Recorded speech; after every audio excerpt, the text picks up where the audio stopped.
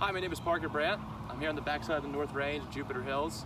We're going to talk about using the bounce of the club. I've had a lot of people ask me questions about how to get off tight lies off this Bermuda grass that we find so commonly around greens and different fairways and approach shots.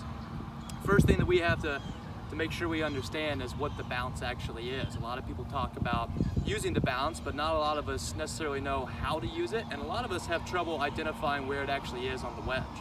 So if I step a little bit closer, the bounce of the golf club is actually this bottom edge right here.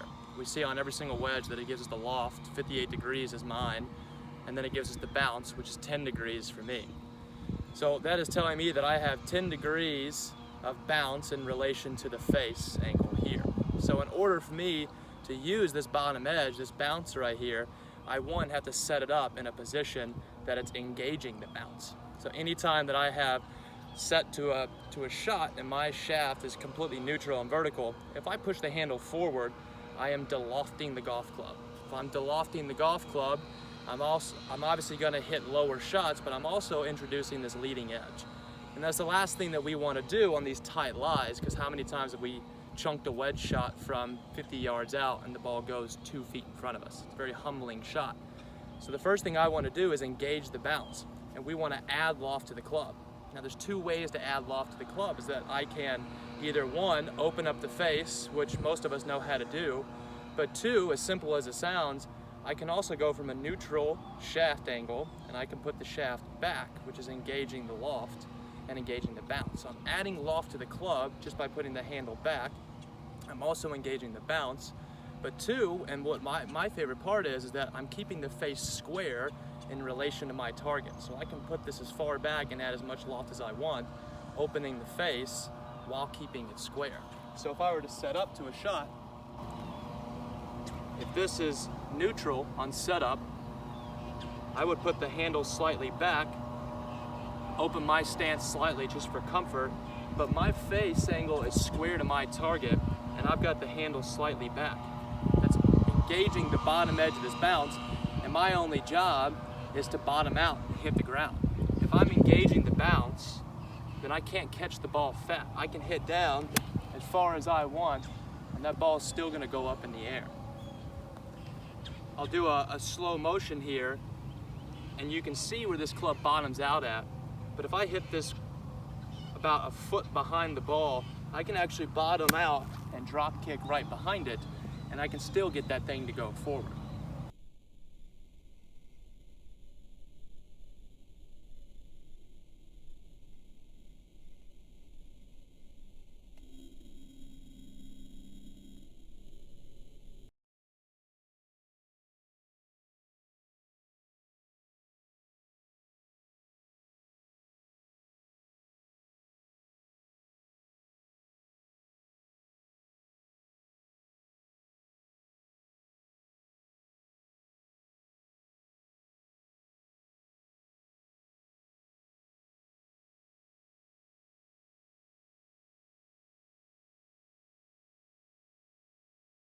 Set the shaft as far as forward and backwards. I want to talk about how to set the actual club head on the ground in relation to the heel and the toe. I see a lot of times guys and girls are setting the heel of the golf club on the turf on these tight lies, and immediately that's setting us up for failure. Is that if I'm setting up heel biased and I come in to bottom out, the second I bottom out with the heel first, this club head will shut down and that ball will go nowhere. If we're adding loft and opening the face, we want to maintain that open face and maintain that loft. So with that said, I always set my wedge toe biased, not a lot, but just slightly, to get that heel off the ground. So if it does dig the toe just slightly, look what happens. It's engaging the bounce more and keeping the club open. So I'd much rather the club open up a little bit more on the way through and have a chance of landing on the green than catching the heel and shutting down. It's not very uncommon that whenever we are fitting for wedges and we're doing loft and lies, we actually make the lies of these wedges flat in relation to anything. Even if you are an upright iron player, we still make these wedges flat for that reason, to engage the bounce more with the toe. Let's look at a few from down the line. I'm getting set up to my target, pointing my club face at the target. I'm going to set the handle slightly back. but then I'm also going to get a little bit more on top of it just to get that toe engaged a little bit. And then my only job is to work underneath it and hit down.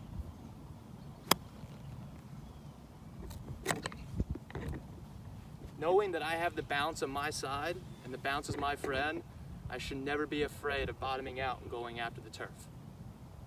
Hopefully that was helpful and you learned a couple things.